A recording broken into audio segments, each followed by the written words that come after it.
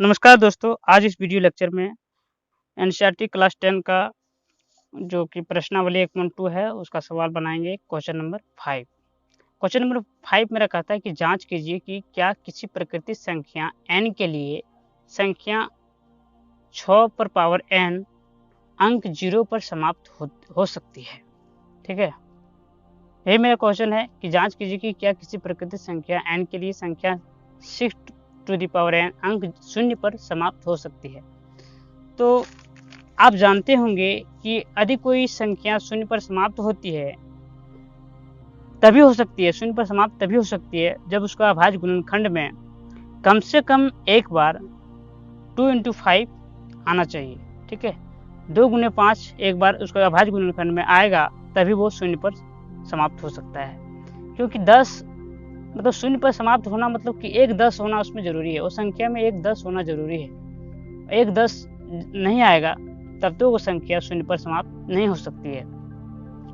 तो ये सवाल थोड़ा सा मजेदार है।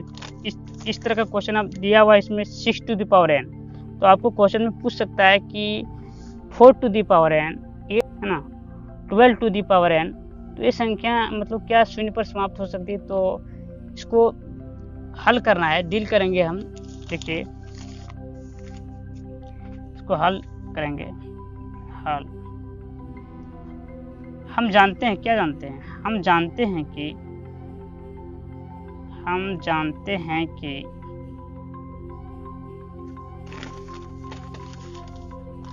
कोई संख्या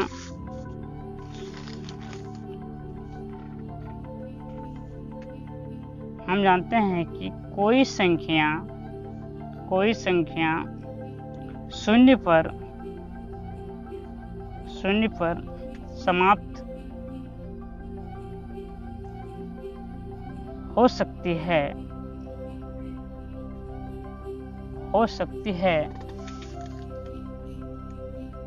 समाप्त मतलब हो सकती है जब उसके मतलब वो संख्या के, ठीक है, उसके अभाज्य गुणनखंड में कम से कम एक बार 2 × 5 आना चाहिए। ठीक है, 2 × 5 आना चाहिए। ठीक है, तो यहाँ पे मेरा दिया हुआ है 6 पर पावर n है। ठीक है, 6 पर पावर n है, तो इसको हम जब हम एक 6 को मतलब अभाज्य गुणनखंड करके देखते हैं क्या उसमें 2 × 5 आता है क्या, है ना। तो इसको 6 को अभाज्य गुणनखंड कीजिए, 2 से 3 से एक बार में, तो 6 का अभाज्य गुणनखंड क्या आया, 2 × 3 × 1। तो अभाज्य गुणनखंड पर हमको करने से पता चला कि ये एक ही 2 आया है। मतलब अगर यदि 5 आया रहता, अगर मेरा 5 आया रहता तो क्या होगा, 2 × 5 का एक जोड़ा मिल जाता, तो ये 0 पर समाप्त हो सकती थी।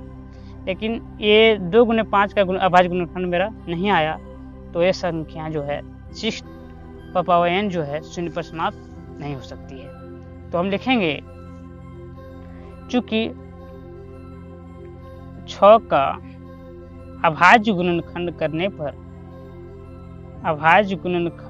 पर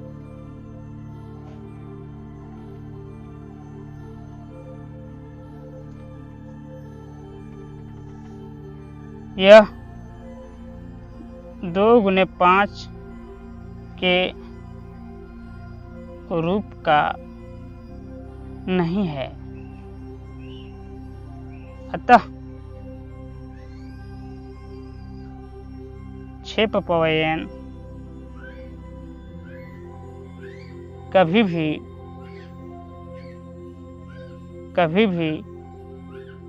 0 पर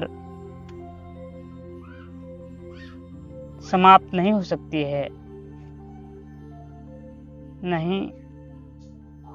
है,